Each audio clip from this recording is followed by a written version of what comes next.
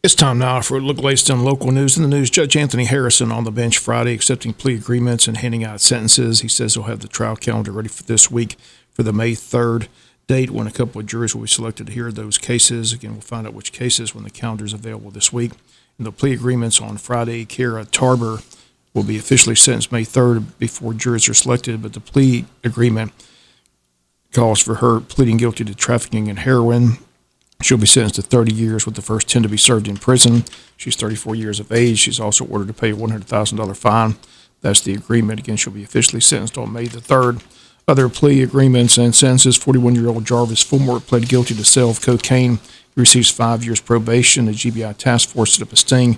Fulmore sold cocaine to an undercover officer twice on surveillance cameras. Sales occurred back in August of 2019. Joshua Mitchell pled guilty to trafficking in marijuana. Sentenced to 15 years, the first 5 to be in prison, also a $100,000 fine.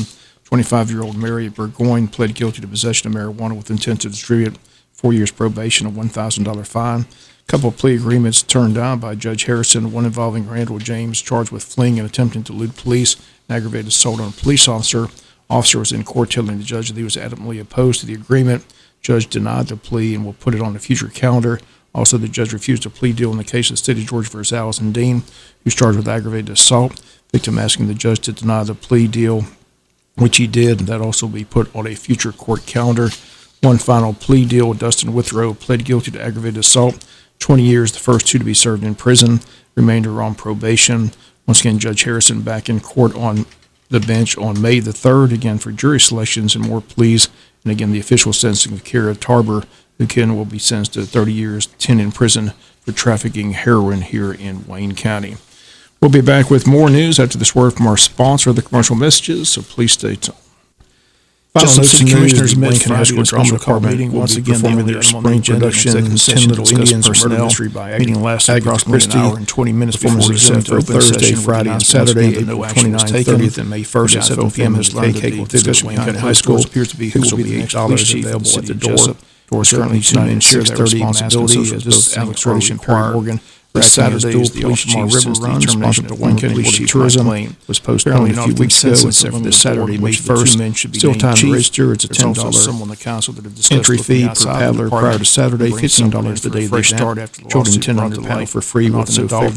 Need more information, contact the Wayne County Board of Tourism. I talked to still amazed that 2 officers were not fired to meet the River Run set for Saturday, May 1st. Saturday, May 1st is also Amnesty Day across the county, so there was no one able to communicate with the officers. Each city in the county looking for volunteers to help make the Wayne County community a call. More beautiful place to live and work and play. 2 officers on cleaning up trash all shifts. One male, 1 female. Each county has drop-off locations. So call City Hall 3 former female information. Filed suit against the City Hall 427-1313. Chief of Police. City Hall 5. City is yet to make a statement about the lawsuit. Trivia City Hall 579. Talking with a few of the commissioners are not happy with the lawsuit in Jesup, Crack Organs Park, Paul Richardson on 4th Street, Police Department, parking lot on Sunset Boulevard, Chief from the outside King, Park on Hickory Street. The bottom line is today they said to reach a consensus on which way to move forward. 12 City of Jesup as a and the Wayne County Chamber of Commerce has set the date for their post-legislative luncheon. Chief. Going to take place a week from Tuesday, May 4th from 11:30 to 1 p.m. at the Pine Forest Country Club. Tickets are available on sale now for members $25, non-members $35. And about legal issues, others personnel on the 27th of April. This time on the post-legislative police chief for Tuesday, May 4th, the decision Pine Forest Country Club. And that's going to do it for latest in local news. Sports comes your way in a few minutes. Education set for their monthly board meeting tomorrow at 6 p.m. at the Tech Center.